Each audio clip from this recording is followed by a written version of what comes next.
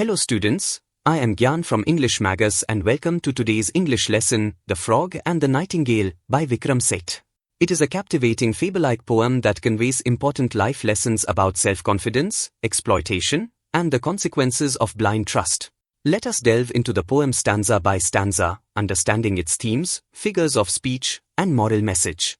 The poem opens in the mystical setting of Bingle Bog, where a frog rules the swamp with his incessant croaking. Despite his unmusical and unpleasant sound, he continues to sing loudly and persistently. The other creatures of the bog express their irritation, but the frog remains unaffected. This stanza introduces the frog as an arrogant, self-absorbed character who lacks self-awareness.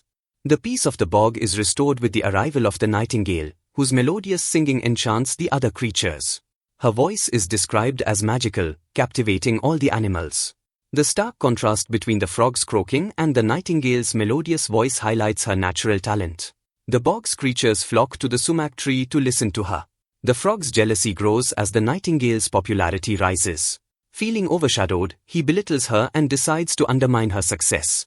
The frog's manipulative nature sets the stage for the conflict. The frog tricks the nightingale into believing that he is an expert singer.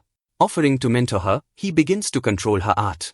Eager to improve and naive in trusting the frog, the nightingale follows his rigorous instructions, leading to her overexertion. Under constant pressure and criticism from the frog, the nightingale loses her natural charm and becomes miserable. Her once beautiful voice deteriorates, and the animals lose interest in her singing. The frog mocks her, further breaking her spirit. The nightingale's health and voice deteriorate so much that she ultimately dies, leaving the frog to reclaim his dominance in the bog. Despite his mediocrity, the frog continues to croak, unchallenged. The tragic ending serves as a warning against blind trust and the dangers of exploitation. The themes of The Frog and the Nightingale hold profound lessons for readers. The first lesson we learn is not to trust anyone blindly. The nightingale's naivety leads her to blindly trust the frog, ultimately causing her downfall. The poem warns against trusting others without discerning their true intentions. The second lesson is exploitation. The frog's manipulative nature highlights how selfish individuals exploit others for personal gain, often at the expense of talent and well-being.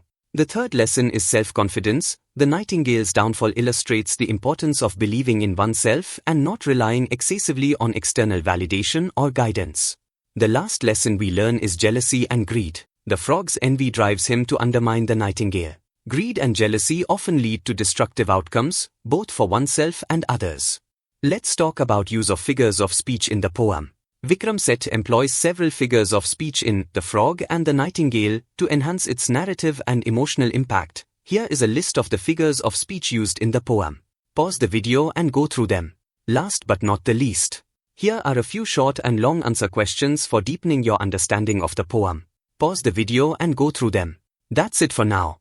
If you found the lesson helpful, do like, share, and subscribe for more similar lessons. Thanks for watching. See you soon.